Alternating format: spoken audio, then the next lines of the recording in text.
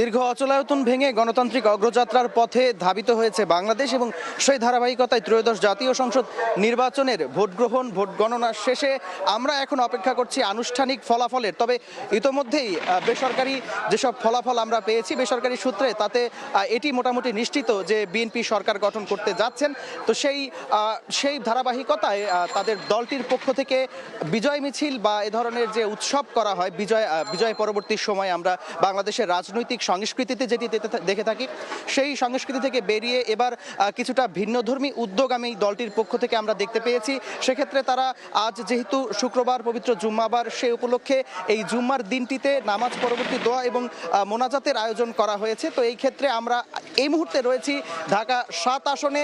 এই ঢাকা ৭ আসনটি পুরান ঢাকার লালবাগ চকবাজার কোতোয়ালি এই আসনটিতে কিন্তু বিএনপি মনোনীত প্রার্থী হামিদুর রহমান হামিদ তিনি প্রায় ১,০৪,৬৬৬ ভোট পেয়ে বেসরকারিভাবে বিজয়ী হয়েছেন এবং তার নিকটতম জামায়াত প্রার্থী ছিলেন এনায়েতুল্লাহ তিনি কিন্তু ৯৮,৪৮৩ ভোট পেয়েছেন এবং এখানে ৬,১৮৩ ভোটের ব্যবধানে হামিদুর রহমান হামিদ জয়ী হয়েছেন।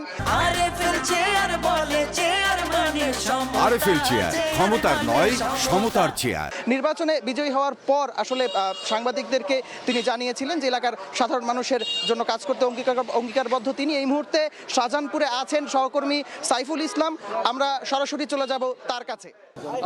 বিএনপি মহাসচিব মির্জা ফখরুল ইসলাম আলমগীর ঠাকুরগাঁও ১ আসনে প্রায় ১ লাখ ভোটের ব্যবধানে তিনি বিজয়ী হয়েছেন।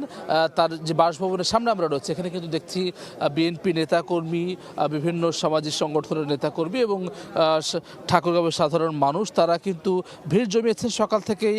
অনেকে ফুলের শুভেচ্ছা জানাতে আসছেন, অনেকে মত বিনিময় করতে আসছেন, অনেকে সৌজন্য সাক্ষাৎ করতে আসছেন।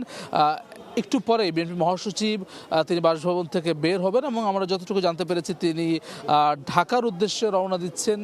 নীলফামারীর সৈয়দপুরে বিমানবন্দরে তিনি যাবেন এই গাড়ির যোগে এবং সেখান থেকে তিনি বিমানযোগে ঢাকাতে যাবেন। আমরা জানি যে ২/৩ আসনে বিজয়ী হয়েছে বিএনপি এবং সেই প্রক্রিয়া অর্থাৎ সরকার গঠনের প্রক্রিয়া অন্যান্য যে প্রক্রিয়া রয়েছে সেসবে সিদ্ধান্ত নেওয়ার যে জায়গা সেইখানে আসলে মির্জা ফখরুল ইসলাম আলমগীর সে কারণে মূলত তিনি ঢাকার উদ্দেশ্যে রওনা দিচ্ছেন। আমি যদি এই ঠাকুরগাঁও ১ আসন সেটির একটু তথ্য জানাতে চাই। বিএনপি মহাসচিব এখানে ৯৭,৩৭২ ভোট বেশি পেয়ে সরকারিভাবেই বিজয়ী হচ্ছে। আজকে সকালে এটি সরকারিভাবে আমরা জানতে পেরেছি, গতকাল থেকে আমরা বেসরকারি ফলাফল জানাচ্ছিলাম। এখানে তিনি সবশেষ যে ভোট পেয়েছেন ২,৩৬,৩০৮টি ভোট পেয়েছেন, অর্থাৎ নিকটতম প্রতিদ্বন্দ্বীর চেয়ে প্রায় ১ লাখ ভোটের ব্যবধানে বিজয়ী হয়েছে বিএনপি মহাসচিব। তিনি এর আগে আসনটিতে বিজয়ী হয়েছিলেন ঠাকুরগাঁও ১ আসন এবং মানুষের মধ্যে তার প্রতি যে অনুভূতি আবেগ সেটি কিন্তু আমরা দেখছি সকাল থেকেই। গতকাল রাতেও এই তার যে বাসভবন ঠাকুরগাঁও শহরস্থ এবং সেইখানে কিন্তু আসলে বিএনপি মহাসচিব মির্জা ফখরুল ইসলাম আলমগীরের সঙ্গে নেতাকর্মীরা কিন্তু আসলে ভিড় জমাচ্ছেন। আমরা কিন্তু